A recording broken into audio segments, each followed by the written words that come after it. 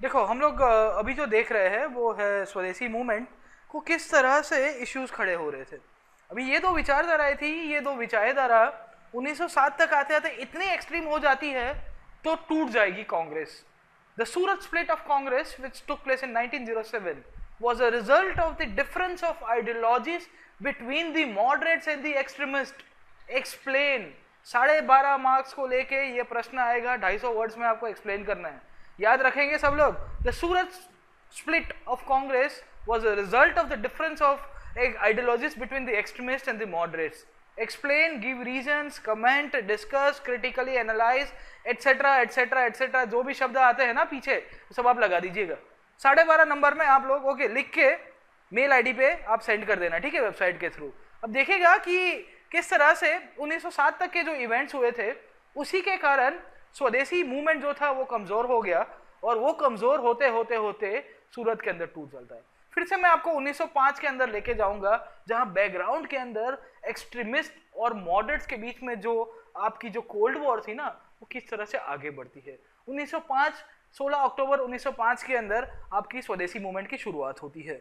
In course of time 2 महीने ही बाकी थे। दिसंबर महीने के अंदर सेशन हुआ, बनारस के अंदर सब लोग मिल गए अस्सी घाट के ऊपर कि भाई साहब चाय पे चर्चा करेंगे, इस बार स्वदेशी आंदोलन को किस तरह से आगे लेके जाना है उसको हम लोग इसके ऊपर डिस्कशन करेंगे। बट हमने ये भी देखा कि 1905 तक आते आते ये जो चरमपंथी ग्रुप था और the extremist group in Congress was getting stronger day by day, and as a result this extremist and the moderate differences evolved on a larger scale. Issues दो ही थे। वो इश्यू कौन से हो गए? एक तो विचारधारा को लेके था, और वही विचारधारा के आधार पर कि ये मुद्दा कहां से हम लोग सॉल्व करेंगे। पहला था मेथड ऑफ प्रोटेस्ट, कि आपको आंदोलन करना है, आंदोलन कंटिन्यू करना है, बट आप किस तरह से उसको कंटिन्यू करेंगे। इसको बंगाल के बाहर लेके जाए कि ना लाया जाए उसको लेके लोग झगड़ रहे थे। और दूसरा इनका जो कोल्ड वॉर चल रहा था, जो टर्फ चल रहा था, वो था प्रेसिडेंट। देखिए कि कांग्रेस के अंदर प्रेसिडेंट की पोस्ट जो है ना बहुत ही अव्वल नंबर की पोस्ट मानी जाती थी, आज भी मानी जाती है खैर। बट इंपॉर्टेंट यही था कि एक्सट्रीमिस्ट और मॉडरेट्स इसी को लेकर चर्चा कर रहे थे। अब देखिएगा कि कांग्रेस की जब स्थापना हुई राइट फ्रॉम 1885 टिल 1905, ये मॉडरेट ग्रुप से ही कोई ना कोई आदमी प्रेसिडेंट बना था, क्योंकि और कोई विचारधारा थी ही नहीं। अब ये नया ग्रुप भर के आ रहा है, नए नए यंगर नेशनलिस्ट थे, बोले खून का बदला खून से लेंगे। इतना तो एक्सट्रीम नहीं था, बट स्टिल इनको तो उखाड़ फेंकना था अंग्रेजों को किस तरह से। तो ये पूरी की पूरी विचारधारा थी। 1905 के अंदर दिसंबर सेशन के अंदर ये लोग मिलते हैं। 1905 का दिसंबर सेशन के अंदर एक साइड के ऊपर एक्सट्रीमिस्ट थे, एक साइड के ऊपर आपके मॉडरेट्स थे, और ये दोनों के दोनों ग्रुप दिसंबर के अंदर मिलेंगे और इसके ऊपर चर्चा होगी। जो एक्सट्रीमिस्ट थे वो तुरंत का तुरंत एक चीज बता देंगे कि ये जो स्वदेशी आंदोलन है ना आपका, उसको ऑल इंडिया कर दो। You should spread this movement to different parts of country and let other people also join this agitation। क्योंकि एक्सट्रीमिस्ट का तो मानना यही था कि अगर इस तरह से कंटिन्यू रहा ना तो हम लोग को आज़ादी बहुत ही टूंक समय के अंदर मिल सकती है। Okay, so they wanted to extend the boycott of Swadeshi movement outside the regions of Bengal. और साथों साथ इनका मानना ये था कि अभी तक हम लोग जो बॉयकॉट कर रहे थे या हम लोग पैसिव रेजिस्टेंस दे रहे थे वो खाली स्कूल्स एंड कॉलेजेस तक था। बट एक्सट्रीमिस्ट ने बताया कि नेक्स्ट फेज के अंदर आगे चलते हैं भाई साहब, कि let us boycott the government services, law codes, legislative councils, घुटने पे ला दो पूरी की पूरी अंग्रेज हुकूमत को। बट यहाँ पे जो मॉडरेट से जो 15-20 साल से यहाँ पे एक स्टेडी स्टेबल पॉलिटिकल ऑर्गेनाइजेशन की स्थापना की थी वो तुरंत मना करेंगे। बोले नहीं, पहले focus on Bengal, try to consolidate in Bengal. Bengal के अंदर क्या हो रहा है। So they were not in favour of extending the movements outside Bengal, and they were also oppose to the boycotts of council. बोले यार अभी तक जो मिला है, ये काउंसिल एक्ट के लिए हमने कितनी जद्दोजहद की थी, तब जाके तो काउंसिल एक्ट पास किया गया है, थोड़ा बहुत रिप्रेजेंटेशन मिला है, लेट इट बी, हमको इतना जल्दी आगे नहीं जाना है, let us focus on Bengal, और बंगाल को फिर से यूनाइट किया जाए, उसके पीछे हम लोग थोड़ा बहुत हम लोग ज्यादा मेहनत करेंगे तो अच्छा रहेगा। ये दिसंबर 1905 के अंदर इनकी बीच की जो डायलिसिस जो डाइकोटॉमी थी एक्सट्रीमिस्ट और मॉडरेट्स के बीच में इस तरह से चलती रहती है। दूसरा जो मुद्दा था वो था कांग्रेस का अध्यक्ष कौन करेगा, कौन बनेगा, इसकी अध्यक्षता कौन करेगा। अब देखिएगा कि ये सेशन आपका बनारस के अंदर हो रहा था, मतलब आपकी यूनाइटेड प्रोविंसेस उस टाइम पे जो हुआ करती थी उसके अंदर। अब वहां का तो कोई प्रेसिडेंट बन नहीं सकता, बट दिक्कत यहाँ पे आ रही थी कि ये जो नया ग्रुप उभर के आ रहा था वो बोलेगा कि यार भाई साहब हमको भी मौका दो, आप तो 20 साल से प्रेसिडेंट के प्रेसिडेंट बने हुए हो, हमको क्यों नहीं मौका दिया जाता? तो दे स्टार्टेड डिमांडिंग कि आपके एक्सट्रीमिस्ट ग्रुप वाले बोल रहे हैं कि भाई हमको प्रेसिडेंट बनाओ, मॉडरेट्स बोलेंगे क्या बात क्या बात क्या बात, अरे तो नए नए आए हो और प्रेसिडेंट बनना है ससुरा। कॉम्प्रोमाइज यहाँ पे इतना बहुत कोल्ड चला गया, फाइनली कॉम्प्रोमाइज की तरफ ये लोग चले जाते हैं। 1905 के अंदर जब आपका स्वदेशी मूवमेंट चालू हुआ, अभी 2 महीना ही हुआ था, 3 महीना ही हुआ था, 16 अक्टूबर 1905 के दिन आपका बंगाल का विभाजन हुआ था। तो ये चीज आपको जानने को मिलेगा कि मॉडरेट्स और एक्सट्रीमिस्ट थोड़ा बहुत अपने डिफरेंसेस को रिकंसाइल करते हैं और कॉम्प्रोमाइज की तरफ चले जाते हैं। एक रिजोल्यूशन पास किया जाता है, वो रिजोल्यूशन बहुत ही माइल्ड था। तो यहाँ पे आपको देखने को मिलेगा माइल्ड रिजोल्यूशन मतलब क्या, अगर बहुत स्ट्रॉन्ग लैंग्वेज यूज की होगी तो ऑब्वियसली एक्सट्रीमिस्ट ने किया होगा, बट यहाँ पे लैंग्वेज जो थी वो थोड़ी बहुत माइल्ड रखी गई थी। तो यहाँ पे आपको मॉडरेट आइडियोलॉजी देखने को मिलेगी। एंड इन्होंने थोड़ा बहुत जो स्वदेशी मूवमेंट और बॉयकॉट है उसको सपोर्ट करने के लिए भी थोड़ी बहुत भाषा यूज की। पर दूसरा मुद्दा जो था वो था प्रेसिडेंट। चलो एक्सट्रीमिस्ट तो मान गए कि कोई बात नहीं, आपको बंगाल के बाहर नहीं लेके जाना चलेगा, बट प्रेसिडेंट तो भाई साहब हमको दो। प्रेसिडेंट के ऊपर एक्सट्रीमिस्ट और मॉडरेट्स एक दूसरे के साथ चर्चा पे चर्चा किए जा रहे हैं, बोले हमारा आदमी हमारा आदमी हमारा आदमी हमारा आदमी।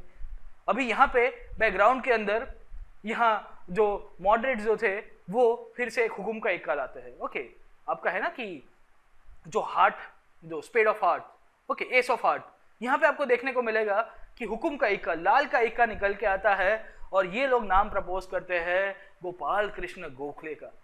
मॉडरेट्स एक यहाँ पे एक्सट्रीमिस्ट जो नए नए ग्रुप के अंदर बन के आ रहे थे वो compete कर रहे थे, बट जैसे ही गोखले साहब का नाम अनाउंस किया गया कि हमारी तरफ से जो इस कांग्रेस सेशन की अध्यक्षता करने वाले इंसान हो गए वो गोपाल कृष्ण गोखले हो गए, तो आपके जो एक्सट्रीमिस्ट थे ना वो थोड़े पानी में बैठ गए यार कि भाई साहब हम इनका विरोध नहीं कर सकते, is one of the most founding members of Congress और इनको हम लोग ज़्यादा अपोज नहीं करेंगे। ये एक्सट्रीमिस्ट बोल देते हैं कि कोई बात नहीं, अगले साल देखेंगे, अगले साल देखेंगे, अगले साल तो जरूर से हमारा आदमी प्रेसिडेंट बनेगा। नेक्स्ट सेशन हो रहा था कलकत्ता के अंदर 1906 के अंदर। एक साल निकल जाता है, आपका स्वदेशी मूवमेंट बैकग्राउंड के अंदर चल रहा है। अब देखिएगा एक चीज याद रखिएगा कि 1905 के खत्म होने तक और 1906 में जब शुरुआत होती है तो पिछले स्लाइड्स के अंदर मैंने आपको बताया कि ये जो एक्सट्रीमिस्ट विचारधारा थी ना, it literally overtook, it literally overpowered the ideology within the Congress। और इसी के दौरान आपको देखने को मिलेगा कि ये जो फॉर्म्स ऑफ प्रोटेस्ट आपके बढ़ गए थे एंड एज अ रिजल्ट दिसंबर 1906 के अंदर ये एक्सट्रीमिस्ट ग्रुप और स्ट्रांग बन के आया था। बोले पिछले साल तो आपने हमको मौका नहीं दिया, बट इस साल तो प्रेसिडेंट तो भाई साहब हमारा ही बनेगा। एक्सट्रीमिस्ट ने बोल दिया कि भाई हमारा ही प्रेसिडेंट बनना चाहिए, तो इन्होंने नाम प्रपोज कर दिया, बोले तिलक या राजपत राय दोनों में से किसी को भी आप प्रेसिडेंट बनाओ, हमको कोई तकलीफ नहीं। ओके, तो खुद या मेरे बंधु है जो लाला लाजपत राय, उनको आप बना दो। बोले रुको, अभी मॉडरेट्स बताते हैं कि बहुत टाइम है भाई साहब आपको प्रेसिडेंट बनने के लिए, अभी नए नए आए हो और प्रेसिडेंट बन जाना है आपको। And you will see that the moderates फिर से एक वो है ना कि हुकुम का इक्का लेके आते हैं, एस ऑफ स्पेड्स, बोले काली का इक्का, एकदम जोरदार पत्ता निकाल दिया और दादा भाई नवरोजी का नाम प्रपोज कर देते हैं। And as a result, you will see the December 1906 session at Calcutta was presided by दादा भाई नवरोजी। और जो मॉडरेट्स जो एक्सट्रीमिस्ट ग्रुप था जिनको कांग्रेस की अध्यक्षता करनी थी ना, वो तो नहीं हो पाता।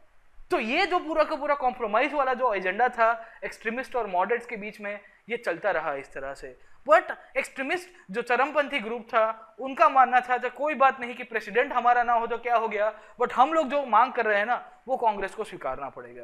The Congress has to accept the kind of ideology in the resolution, उसके अंदर हमारा थोड़ा बहुत हमारा डिमांड होना चाहिए। And as a result you will see, मैंने आपको कांग्रेस के सेशंस की स्लाइड सबसे पहली बताई थी, जो मास्टर स्लाइड थी कांग्रेस के सेशन को लेके, कि कांग्रेस के सेशन के अंदर क्या पढ़ना है आपको, year, place, who presided and what was the resolution pass. तो यहाँ पे जो कलकत्ता के अंदर जो रिजोल्यूशन पास किया जाता है वो सबसे इंपॉर्टेंट रिजोल्यूशन था। ओके, तो यहाँ पे एक्सट्रीमिस्ट आके बोलते हैं कि भाई साहब इस बार रिजोल्यूशन तो हमारा ही पास करना पड़ेगा आपको। And as a result you will see that the resolution that was passed in December 1906 Calcutta session presided over by Dada Bhai Nauroji reflected the ideology of extremists. The goal of the Indian National Congress was defined as Swaraj or self-government like the United Kingdom or the colonies. बोले हम लोग का अभी जो सिद्धांत है कांग्रेस का, जो हम लोग क्या मांग कर रहे हैं, हम मांग कर रहे हैं स्वराज की। स्वराज की बात याद रखेगा कि मॉडरेट्स में से किसी ने नहीं बात की थी। मॉडरेट्स क्या बताते थे? Moderates to say that we want some kind of political representation, but now the extremist ideology is saying, बोले आजादी तो हम कह के लेंगे, बोले पहले स्वराज मांगेंगे और उसके बाद एक स्टेप आगे जाके आजादी ले लेंगे। ओके, तो ये जो पूरा का पूरा रेजोल्यूशन पास किया गया था, it reflected the ideology of the moderates. Again three more important things also included into this resolution, that was Swadeshi, boycott and national education, भारतीय शिक्षण, राष्ट्रीय शिक्षण, हम लोग पूरा का पूरी तरह से विरोध करेंगे और स्वदेशी चीजों को ही बाय करेंगे। All this things first time were included into the ideology of Congress, and as a result you will see extremist विचारधारा जो थी वो यहाँ पे हावी हो गई थी। भले प्रेसिडेंट आपके मॉडरेट खेमे से कोई बना हो, बट यहाँ पे जो पूरी की पूरी जो विक्ट्री थी, जो मॉरल विक्ट्री थी, वो एक्सट्रीमिस्ट के लिए हो गई थी। And as a result when this resolution was pass, extremist ने बोल दिया कि हम लोग इसको आगे कंटिन्यू करते हैं, पूरे के पूरे ऑल इंडिया लेवल के ऊपर जाएंगे। और इनको लग रहा था कि अभी भारत के लोग जग गए हैं, वो उठ गए हैं और भारत की आज़ादी की लड़ाई बहुत ही टूंक समय के अंदर खत्म हो जाएगी। 1907 तक आते आते यहाँ पे मुद्दा आ रहा था तीसरा। अभी यहाँ 1907 वाला जो एक और साल निकलता है, स्वदेशी आंदोलन फिर से बैकग्राउंड के अंदर चल रहा था, एक्सट्रीमिस्ट जो थॉट ऑफ एक्शन था वो और स्ट्रांग हो रहा था। और दिसंबर 1907 का सेशन, पहले तो सेशन कहाँ होना चाहिए उसको लेके मुद्दा चल रहा था। वो एक्सट्रीमिस्ट बता रहे थे कि नागपुर में सेशन करो और प्रेसिडेंट भी हमारा होना चाहिए। मॉडरेट्स ने फिर से यहाँ पे चाल चली। मॉडरेट्स बताते हैं कि हम नागपुर के अंदर नहीं कर सकते, हम लोग है ना सूरत के अंदर सेशन करते हैं। मॉडरेट्स बताते हैं कि ये हो नहीं सकता। साथों साथ एक्सट्रीमिस्ट ये भी बताते हैं कि इस बार तो प्रेसिडेंट हमारा ही होगा भाई साहब। अब देखिएगा कि ये लोग नागपुर को लेके क्यों इतने उत्साहित थे। Why the extremist wanted to have the session at Nagpur and the moderates wanted to have the session at Surat. Surat at that time was a part of Bombay Presidency. Nagpur at that time was a part of the central provinces और जो British के अलग अलग दूसरे और provinces है उसके अंदर का पार्ट था। अब आप याद रखिएगा कि कांग्रेस के ऑब्जेक्टिव्स के अंदर ये चीज मैंने आपको पहले भी बताई थी कि that the president should not belong to the home state where the session is to be held. अगर आपका कांग्रेस का जो पूरा का पूरा सेशन है जैसे नागपुर के सूरत के अंदर होगा तो बॉम्बे प्रेसिडेंसी के तहत तिलक उसके अध्यक्षता नहीं कर सकते। क्यों? क्योंकि तिलक बिलोंग टू बॉम्बे प्रेसिडेंसी, या आज की तारीख का हम लोग जिसे महाराष्ट्र कहते हैं। तो ये चाल की चाल, ये पूरी की पूरी कोल्ड वॉर, ये थोड़ा बहुत इनका जो टर्फ था वो इस तरह से एक दूसरे के बीच में टग ऑफ वॉर चलती रहती थी। And as a result when the moderates proposed name that the session should be held at Surat, the reason was they wanted to exclude Tilak from the presidency। क्यों? क्योंकि तिलक बॉम्बे प्रेसिडेंसी होने के नाते उसके यहाँ पार्टिसिपेट नहीं कर सकते। As a result, when both these sides adopted very rigid positions, moderates बता रहे हैं कि बोले हम तो छोड़ेंगे नहीं। एक्सट्रीमिस्ट बोल रहे हैं कि भाई साहब 2 साल से हमको प्रेसिडेंट नहीं बनाया जा रहा है, लास्ट ईयर हमारा रिजोल्यूशन पास किया तो किया, उसके जाके कुछ नहीं हुआ। इन दिस कंडीशन ये लोग दिसंबर 1907 के अंदर सूरत के अंदर मिलते हैं और ये फर्स्ट टाइम पे अंदर फिर से, फर्स्ट टाइम मतलब आपके जो मॉडरेट्स ग्रुप था उसके लिए ये फिर से विक्ट्री रही। और एक्सट्रीमिस्ट को ये चीज बिल्कुल पसंद नहीं। एक्सट्रीमिस्ट ने बताया कि कोई बात नहीं, आपने तिलक को तो एक्सक्लूड कर दिया है पर इस बार प्रेसिडेंट हमारा ही कहीं होगा। ओके, फिर से मॉडरेट्स आके बोलेंगे कि नहीं नहीं भाई साहब रुको तुम। एस.एन. बनर्जी ऐसे लोग हैं जो मॉडरेट से ग्रुप से बिलोंग करते थे कि भाई अभी टाइम है तुम्हारा। और ये लोग फिर से अपना नाम प्रपोज करते हैं कि भाई हमारी तरफ से श्री रास बिहारी घोष को हम लोग कांग्रेस का अध्यक्ष बनाने के लिए चुने, उसको उनको नियुक्त करते हैं, उनको हमारा नियुक्ति दे रहे हैं। एक्सट्रीमिस्ट ने बताया कि कुछ भी हो जाए हम लोग इनकी तो बात मानेंगे नहीं। आप पिछले 2 साल से एक बार गोपाल कृष्ण गोखले का नाम निकाल दिया, हम लोग चुप बैठ गए। दूसरी साल आप आ रहे हो, आपने grand old man of India जो कांग्रेस की एस्टेब्लिशमेंट के पीछे बहुत बड़े जिम्मेदार थे, तो उनकी जो लेवल था, उनकी जो रिस्पेक्ट थी वो एक अलग तौर के ऊपर थी। तो फिर से हमको चुप करा दिया गया। इस बार तो प्रेसिडेंट हमारा ही होगा। And when the name of the president was announced, और ये लोग जो पूरा का पूरा प्रिसाइडिंग हो रहा था वहां सूरत के अंदर तापी नदी के किनारे, यहाँ पे कांग्रेस के लीडर्स ने मंडप बांध के पूरा का पूरा आंदोलन, ये जो सेशन की शुरुआत की थी, तो आपके जो एक्सट्रीमिस्ट लीडर्स थे ना वो सब के सब भड़क गए और उनके जो फॉलोअर्स थे वो और भी भड़क गए। और इसी के चक्कर के अंदर इनके बीच में खींचातानी होती है। खींचातानी के चक्कर में एक उड़ता हुआ जूता, उड़ता पंजाब की तरह, इसके सुरेंद्र नाथ बनर्जी और रास बिहारी घोष जो स्टेज के ऊपर बैठे उनकी बगल से निकल जाता है। Surendranath Banerjee, the founder of Congress, the को फाउंडर ऑफ कांग्रेस, रास बिहारी घोष, इतने बड़े दर्जे के नेता, और ये नए नए चिंटू पिंटू चिंच बोकले जो आजकल एक्सट्रीमिस्ट बन के उभर के आ रहे थे, उनके फॉलोअर्स, एसेंशियली उनको ऐसा लगता है कि ये तो हमारा घोर अपमान हो गया। And as a result you will see कि 26 दिसंबर 1907 सूरत सेशन, तापी नदी के किनारे कुर्सियां उछलती है, जूते फेंके जाते हैं, शू एक दूसरे के ऊपर उछाला जाता है, और एक्सट्रीमिस्ट और मॉडरेट्स इतनी बुरी तरह से ये लोग झगड़ते हैं। It result into violence with abuses thrown at each other and the Congress was broken into 2 pieces which is known as Surat split. मैंने आपको प्रश्न बताया है, आप सब लोग मेल करिएगा। Okay, so the Congress was broken into 2 pieces, Surat split, Surat का विभाजन, सूरत की फूट। ये सूरत के अंदर जो कांग्रेस की फूट हुई, उसके बाद सरकार को तो क्या चाहिए था? The government was ready. Government बोले मजा आ गई भाई साहब, हम तो यही चाहते थे कि इनकी जो है ना कि संगठन में ही शक्ति है, your strength lies in your unity. यहाँ पे आपका संगठन टूट गया। The Congress as a political body was broken. One was the intellectual class which was providing with new theoretical ideas, and the extremists which were having the social base and they were very much pragmatic. उनके बीच में extremists उनकी जो ideals थे इतने difference के ऊपर चले गए तो वो रिकंसिलिएशन की तरफ नहीं गए। एक्सट्रीमिस्ट को पार्टी से निकाल दिया जाता है, सरकार दौड़ा के इन लोग को पकड़ लेती है, और मॉडरेट्स जिनका सबसे मेन पॉपुलर बेस सपोर्ट था वो एक्सट्रीमिस्ट का था, उनको लग रहा था कि भाई साहब हमारे पीछे कोई रहा है नहीं। As a result, the Congress got weak, and by 1908, you will see that the Swadeshi movement ended. एक ऐसा आंदोलन जो अक्टूबर 1905 के आसपास शुरू हुआ था, 1908 तक आते आते पूरी तरह से खत्म हो गया। अब हम लोग देखते हैं कि what were the reasons behind the failure of the Swadeshi movement। पहला तो आपको समझ में आ ही रहा है कि जब हिंसा हो गई तो सरकार हिंसा का जवाब हिंसा से देती है, दौड़ा के सबको पकड़ के जेल के अंदर पुट कर दिया। सेकेंडली, स्वदेशी मूवमेंट का सबसे मेन जो इश्यू हो रहा था वो था इफेक्टिव ऑर्गेनाइजेशन और party structure.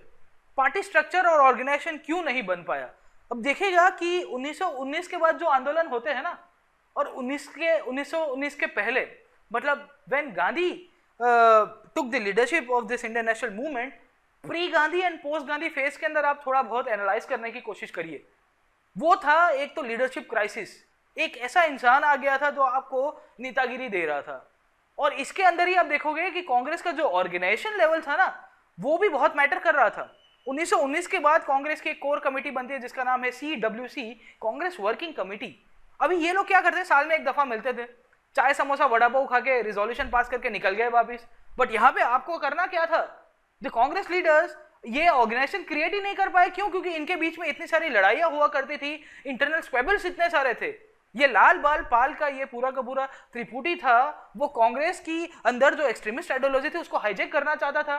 But the leaders of the moderate group did not wanted कि भाई ये लोग आके पूरी की पूरी तरह से कांग्रेस की आइडियोलॉजी को हाईजैक कर जाए। And as a result, due to the internal squabbles and the lack of the organisation, आपको कोई भी आंदोलन करना हो ना तो पार्टी का स्ट्रक्चर बहुत मैटर करता है। पार्टी का मतलब या जो भी ग्रुप के अंदर इंक्लूड कर रहे हो। क्यों? क्योंकि उसके लिए कि एक आदमी नहीं होगा तो दूसरा आदमी उसको आराम से टैकल कर सकता है। अगर आपने रूल्स फ्रेम किए होंगे, आपने पोस्ट क्रिएट की होगी, आपका डेली कम्युनिकेशन हो पाएगा, तो ही आप उसको कंटिन्यू करके सरकार के सामने अपनी मांग रख सकोगे। यहाँ पे तो वो भी चीज नहीं हो रहा था। Majority of the leaders were arrested bye 1908। बहुत सारे लोगों को भेज दिया गया था ससुराल आई मीन टू से कि उनको जेल भेज दिया गया था। ओके, काला पानी भेजा करते थे। ये है ना कि मेरे पिया गए, रंगून किया है, वहां से टेलीफोन, तो रंगून भेजा करते थे, या बहुत सारे लीडर्स को अंडमान भेज दिया करते थे।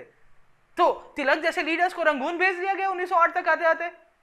ओके, उनको बेसिकली सेडिशन लॉ लगाया गया था अंग्रेजों के द्वारा। बोले आपने सरकार के विरुद्ध में कमेंट किया है, और उसके बाद इनके बीच में जो लड़ाइयाँ हुई है, लड़ाई मैंने बताया कि संगठन में शक्ति है, your strength lies in your unity. Unity नहीं रही, उसके बाद पूरी की पूरी लीडरशिप क्राइसिस हो जाती है। By 1908, Tilak had to go to jail due to sedition charges.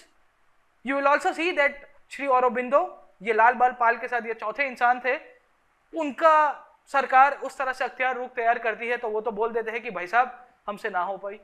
I am going to spiritualism. आपको पता ही होगा आज का मॉडर्न डे पौंडीचेरी है, वहाँ पे जो ऑरोविल करके जो जगह है, उसी का ही जो फाउंडेशन या उसका जो बेस बनाने की शुरुआत की गई थी वो श्री औरोबिंदो के द्वारा। तो वो स्पिरिचुअलिज्म की तरफ चले गए, योगा से होगा ओके, तो देशभक्ति सब छोड़ दी उन्होंने। आगे स्पिरिचुअलिज्म की तरफ जा रहे हैं। लाला लाजपत राय बता रहे हैं कि पहले यूके जा रहे हैं, उसके बाद हम लोग यूएस जाएंगे पढ़ाई करने के लिए। वहां पे 1916 के आसपास याद रखेगा कि बाबा साहेब भीमराव अंबेडकर उस टाइम के अंदर कोलंबिया यूनिवर्सिटी के अंदर अभ्यास कर रहे होते, तो लाला लाजपत राय उनको वहां पे मिलते हैं। ओके, तो बहुत ही इंट्रिकसी है। इंडियन नेशनल मूवमेंट में तो हम लोग ज्यादा नहीं पढ़ते, बट ये सब चीजें भी हमको जानने को मिलती रहती है। ओके, और बिपिन चंद्र पाल बोलते हैं कि भाई साहब मेरे ये तीनों के तीनों हमारे जो अच्छे खासे मित्र थे वो कोई नहीं रहा, एक जेल चला गया, एक अमेरिका चला गया है, एक ने स्पिरिचुअलिज्म की तरफ चला गया। तो बोले मैं क्या करते हो, तो बोले मैं वीआरएस लेता हूँ, तो वॉलंटरी रिटायरमेंट ले लेते हैं। और फिर से यहाँ पे जो लीडरशिप क्राइसिस जो थी, इसी के कारण आपका आंदोलन वीक हो गया। अब देखिएगा कि प्री 1919 लीडरशिप क्राइसिस बहुत थी और इसके कारण आपके आंदोलन टूट रहे थे। पोस्ट 1919 जब गांधी यहाँ पे एक्टिवली इन्वॉल्व होते हैं तो उसमें भी लीडरशिप क्राइसिस तो होगा ही।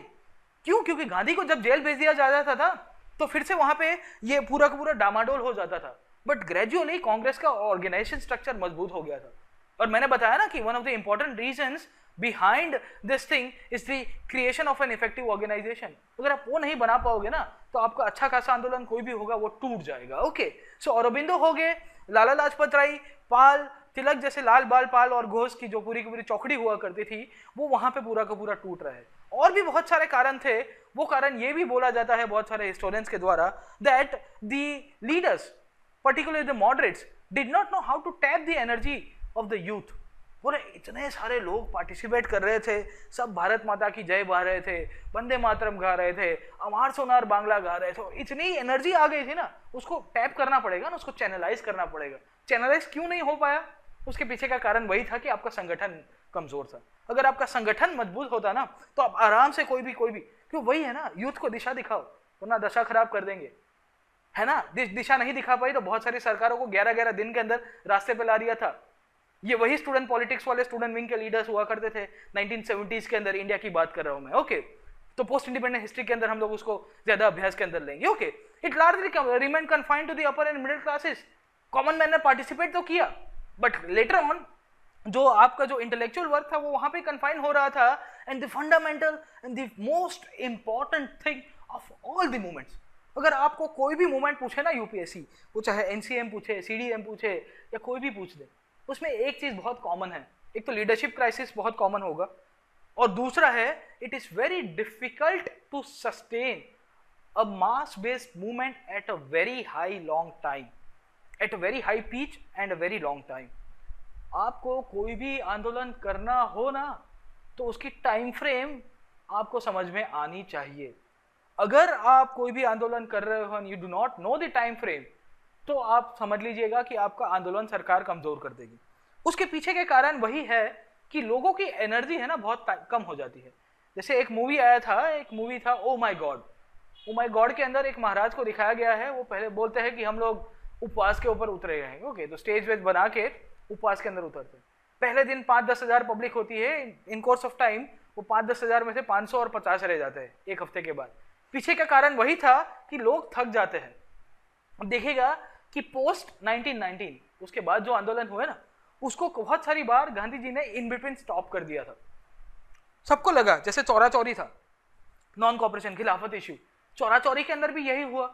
चौरा चौरी के अंदर भी यही देखने को मिलता है कि एक हिंसा की घटना हो गई असहयोग आंदोलन के दौरान, खिलाफत इश्यू के दौरान, और गांधी ने बोला कि चलो रोक दो।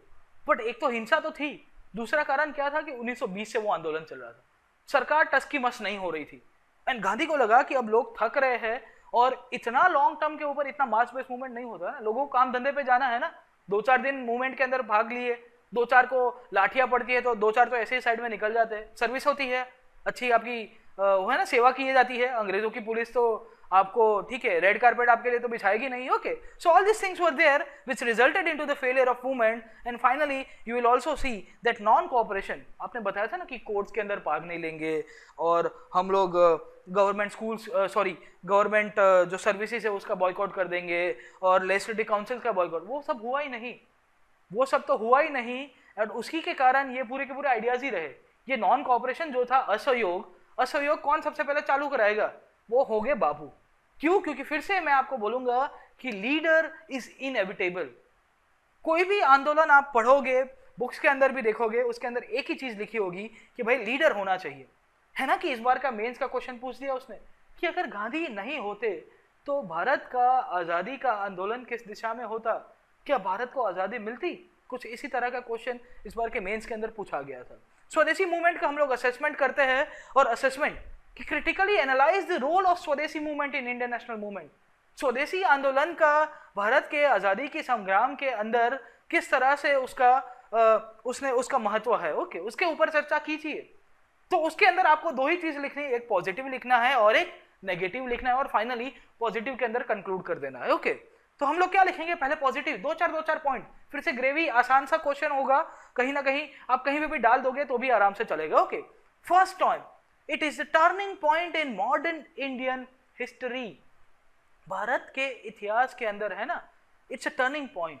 देखिएगा कि जनरली इतिहास को बोला जाता है कि it is a chronological study of the past of the events which took place.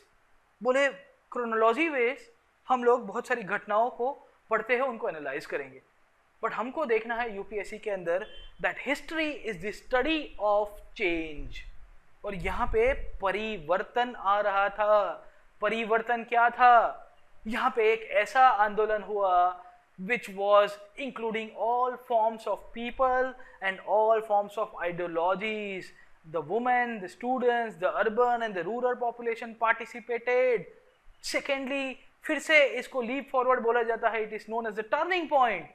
ऐसा क्वेश्चन आ सकता है कि the Swadeshi movement is known as the turning point in modern Indian struggle, Indian national struggle. तो आपको लिखना है कि क्यों टर्निंग पॉइंट था, क्योंकि इसने दिशा बदल दी थी भारत के लोगों की विचारने की, किस तरह से विचार विमर्श किया जाएगा, किस तरह से हमको सोचना है। It was not confined to political action, it also included art. देखा, पेंटिंग के अंदर चेंज हुआ, लिटरेचर के अंदर बहुत रविंद्र जो ऑथर जैसे उभर के आ रहे थे, साइंस एंड इंडस्ट्री के अंदर लोग आ रहे थे, हमारी नई नई इंडस्ट्रीज डेवलप हो रही थी। Undermine the hegemony of colonial ideas and institutions. अभी तक तो ब्रिटिशर्स हमको क्या बताए रहते थे कि भाई साहब आई एम सुप्रीम, आप कुछ नहीं हो हमारे सिवा। बट 1905 तक आते आते हम लोग ने उनको चैलेंज कर दिया था। नेगेटिव एक बहुत फंडामेंटल चीज रही इसकी। नेगेटिव्स में यही रहा कि द ब्रिटिशर्स, उनकी जो ब्लूप्रिंट बनाई थी ना, इन्होंने जो प्लान पूरा का पूरा क्रिएट किया था, उसके अंदर वो बहुत सक्सेसफुल रहते हैं। क्यों? क्योंकि आप 1905 के अंदर बंगाल को डिवाइड किया, कौन सा बेसिस दिया था? Language and religion. रिलीजन का सहारा लेके ये लोग जो अपर मिडिल क्लास मुस्लिम्स थे उनको बहुत थोड़ा सपोर्ट करेंगे। उनके अंदर पॉलिटिकल एक्शन के तौर के ऊपर जब मुस्लिम लीग की स्थापना होती है ना, तो उसको अच्छी तरह से सपोर्ट किया जाता है। And this was the most important negative of the स्वदेशी मूवमेंट। अगर स्वदेशी मूवमेंट के लिए पूछा जाए कि टर्निंग पॉइंट है, तो टर्निंग पॉइंट में आपको ये भी लिखना है। क्यों ये लिखना है? उसके पीछे का कारण यही है क्योंकि ये वही मुस्लिम लीग थी 1907 के अंदर जो बनाई जाती है, 1947 में भारत का विभाजन के लिए उसका सबसे सुप्रीम फोर्स के तौर के ऊपर एस्टेब्लिश किया जाता है। Okay, so one of the important reasons of Swadeshi movement, क्यों हुआ, कहाँ हुआ, what were the reasons for the failures, who were the leaders who were associated to Swadeshi movement. हमने हर एक चीज देख ली है। What was the form of protest. आशा रखूंगा कि आपको ये इशू क्लियर हो गए हैं। अब थोड़ा बहुत एक स्टेप आगे चलते हैं और मॉडरेट्स और एक्सट्रीमिस्ट के बीच के जो अंतर है उनको एक हम लोग डिफरेंस के फॉर्म के ऊपर देख लेते हैं। यहाँ पे आपके आते हैं एक्सट्रीमिस्ट और यहाँ पे आपके आएंगे मॉडरेट्स। ओके, तो एक्सट्रीमिस्ट में मैंने तिलक महाराज को लिया है और मॉडरेट्स में आपके एस.एन. बनर्जी साहब को। ओके, सो मॉडरेट्स और एक्सट्रीमिस्ट के बीच में अंतर क्या था और कौन से पॉइंट के ऊपर ये लोग अलग अलग हो रहे थे? सोशल बेस किनका ज्यादा था, एक्सट्रीमिस्ट या मॉडरेट्स का? डेफिनेटली एक्सट्रीमिस्ट का यहाँ पे आपको सोशल बेस ज्यादा देखने को मिलेगा। क्यों? क्योंकि rural and lower caste population को वो लोग आराम से टच कर पाते थे। क्यों? क्योंकि ये लोग जो कॉमन मैन की लैंग्वेज थी ना उसके अंदर लिखा करते थे, केसरी के अंदर लिखा करते थे, मराठी के अंदर लिखते थे। तो मराठी जो भाषा जानने वाले लोग थे वो तुरंत, अरे हाँ ये तिलक महाराज क्या बता रहे हैं, ये वही बता रहे हैं, अंग्रेजों को उखाड़ फेंकना चाहिए हमको यहाँ से। Zamindars and urban people were the social base for this thing. Ideology क्या थी इनकी? इनकी आइडियोलॉजी यही थी that they believed into western thought. The moderates believe into western thought. Liberty, equality, fraternity की बात करते थे, बोले हमको जस्टिस चाहिए। एक्सट्रीमिस्ट तो क्या बोलते थे? बोले भाई नहीं नहीं, जस्टिस बस्टिस आपका नहीं चाहिए, हमको इंडियन हिस्ट्री, इंडियन कल्चर, उसके ऊपर पूरा का पूरा भरोसा है और उसके आधार के ऊपर हम लोग ये देश को आगे ले जाना चाहते हैं। बिलीफ इनका वही था that the Britishers are here for the India's good. ये भारत के लोगों के लिए बहुत अच्छे हैं। And as a result you will see कि मॉडरेट्स के लिए यही बोला जाता है कि they stayed loyal towards the Britishers in early point of time. उसके पीछे का कारण यही है, उनको यही सिखाया गया था, इन्हीं के फॉलोअर्स से, उनके थ्रू ही मॉडर्न एजुकेशन सीखा था इन्होंने। But the extremist rejected the British thought, बोले the crown is unworthy of claiming Indian loyalty, बोले आप हमारे क्यों लॉयल रहोगे, आपको कोई जरूरत नहीं है। Okay, so in course of thing the demand की जब बात करते हैं तो डिमांड के तौर के ऊपर मॉडरेट्स और एक्सट्रीमिस्ट किस तरह से बात करेंगे। मॉडरेट्स डिमांडेड कॉन्स्टिट्यूशनल रिफॉर्म्स, बोले हमको रिफॉर्म दो, हमको ये चीज चेंज करके दे दो, आप टैक्स कम कर दो, इंडियंस का रिप्रेजेंटेशन बढ़ा दो, सिविल राइट्स लिबर्टीज दे दो। एक्सट्रीमिस्ट ने क्या डिमांड की, extremist talked of getting Swaraj, बोले हम तो स्वराज चाहिए, बोले हमको स्वराज ही चाहिए, स्वराज के सिवा भाई साहब कुछ नहीं चाहिए। The methods which are adopted for demand this reform was the 3 P's, prayers, petitions and passing resolutions। Moderates यही बात करते थे कि भाई हमको थोड़ी वो है ना कि हिज एक्सीलेंसी, योर एक्सीलेंसी, बोले जय भारत के साथ जनाना है, आपको ये इन्फॉर्म करना चाहता हूँ कि भारत माता की जय के साथ तो ये लोग नहीं बोल पाएंगे। ओके, एक्स्ट्रा कॉन्स्टिट्यूशनल मेथड के तौर के ऊपर एक्सट्रीमिस्ट बताया करते थे, बोले आप स्वराज नहीं दोगे ना तो हम लोग हमारे हिसाब से ले लेंगे। ओके, बॉयकॉट करेंगे, पैसिव रेजिस्टेंस करेंगे, आपको जो उखाड़ना है वो कर देना। Okay, so this was the fundamental difference between the extremists and the moderates। और हम लोग थोड़ा बहुत extremists के positive और negative देखते हैं कि the role of extremists in the Indian national movement और the स्वदेशी movement, इस तरह का क्वेश्चन आया तो किस तरह से बन सकता है। Assess the role of extremists in the स्वदेशी movement। Okay, तो extremist का positive और negative लिखेंगे। सबसे पहले हम लोग negative जानने की कोशिश करेंगे कि क्या वो लोग जिम्मेदार थे। अगर ऐसा क्वेश्चन पूछ दिया यूपीएससी ने that the extremists were responsible for the split of Congress in 1907, do agree, give reason, फिर से 12.5 नंबर के अंदर 250 मार्क्स के अंदर क्वेश्चन बना के पूछेगा that the extremists were responsible for the Surat split in 1907, do you agree, give reasons, फिर से आप जवाब लिखे जानने की कोशिश करिएगा। Okay, ideology and it's functioning, extremist के साथ नेगेटिव इश्यूज वही हो रहे थे कि इनकी जो विचारधारा थी ना उसके अंदर कंसिस्टेंसी नहीं थी। विचारधारा के तहत मैंने बताया कि एक कॉमन गोल के ऊपर ये लोग तो एग्री किया करते थे। वो कॉमन गोल क्या था, कॉमन गोल एक ही था कि भाई हमको स्वराज और स्वराज चाहिए। Okay, but the perceptions of swaraj और the perspectives were different. Tilak का मानना था कि swaraj was some kind of a self government, और अरबिंदो बोलते हैं स्वराज मतलब कंप्लीट इंडिपेंडेंस। तिलक का मानना था कि it was some kind of self government with some kind of autonomy. अभी इनके जो लीडर्स थे उनके बीच में ही डेफिनेशन को लेके जब थोड़े बहुत आपके आइडियोलॉजिकल डिफरेंसेस हो गए तो कॉमन मैन को क्या कन्वे कर पाएंगे। कॉमन मैन को तो एक फुल प्रूफ डेफिनेशन चाहिए कि भाई साहब स्वराज मतलब कि भाई ABCD बस ये हो गया स्वराज। तिलक महाराज अपने हिसाब से स्वराज को इस तरह से कन्वे करेंगे और अरबिंदो जी अपने हिसाब से स्वराज की इस तरह की कन्वे करेंगे, and as a result common man की तरफ परसेप्शन जो था ना जो स्वराज का था वो चेंज होता रहा। और जब आप एक कॉमन परसेप्शन की तरफ नहीं आते उसके कारण भी इश्यूज होते रहते हैं। थोड़ा थोड़ा ये भी रीजन बताया जाता है कि इनकी जो रिवाइवल स्ट्रेटजी, क्योंकि मैंने बताया कि इनका थॉट कैसा था एक्सट्रीमिस्ट का कि they believed in Indian culture.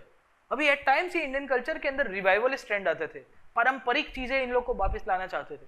जैसे तिलक महाराज उस टाइम के अंदर एक एज ऑफ कंसेंट भी लाया था मैरिज को लेके, उसको बढ़ाना था, वो कम कराने की बात कर रहे थे, बोले नहीं इससे ज्यादा नहीं होना, 10 से 12 किया तो सरकार के विरुद्ध में ये लोग कर रहे थे। तो कॉमन मैन को लग रहा था कि ये तो अच्छी बात कर रही है सरकार, बोले शादी का जो एज है आप 12 साल कर रहे हो 10 से लेके, तो वो तो अच्छा है, बट दिस वाज रिजेक्टेड। तो as a result common man को लगा कि ये इशू हो रहा था। साथों साथ अगर आप देखिएगा कि द एक्सट्रीमिस्ट उनको कहाँ प्रॉब्लम हो रहा था, ये जो चौथा पॉइंट है, चौथा पॉइंट के दौरान हमने देखा कि तिलक महाराज ने गणपति और शिवाजी फेस्टिवल तो बहुत अच्छी तरह से ऑर्गेनाइज कराया, बट हुआ ये कि आपके मुस्लिम पॉपुलेशन वहां पे जोड़ नहीं पाई क्योंकि उनको लगता था कि this is very much religious. But खैर रिलीजन या रिलीजियस फेस्टिवल्स का तो बेस बना के वहां पे नेशनलिस्ट फीलिंग्स जगाने की कोशिश की जा रही थी, बट ये जो सेक्युलर अप्रोच नहीं हो पाया, इसी के कारण मुस्लिम भी थोड़े इनसे दूर रहे। और fundamental reasons why the Muslim stayed away were the extremist thought. बोले यार ये कुछ एक्स्ट्रा ही एक्सट्रीमिस्ट है क्योंकि इंडियन कल्चर की बात के ऊपर इसके ऊपर फोकस किया जा रहा है और इसी कारण इश्यूज हो रहे थे। देखिए the Muslim stayed away positive के अंदर एक ही सबसे फंडामेंटल इशू आ रहा था, वो था आपका राष्ट्रवाद। अभी तक जो राष्ट्रवाद या नेशनलिज्म जिसे हम कहते हैं, हमने पुरानी स्लाइड के अंदर जो नेशनलिज्म कहाँ से उभर के आया उसका मैंने आपको थोड़ा ब्रीफ ओवरव्यू दिया था, वो उन्होंने एक स्टेप आगे लेके चलते हैं।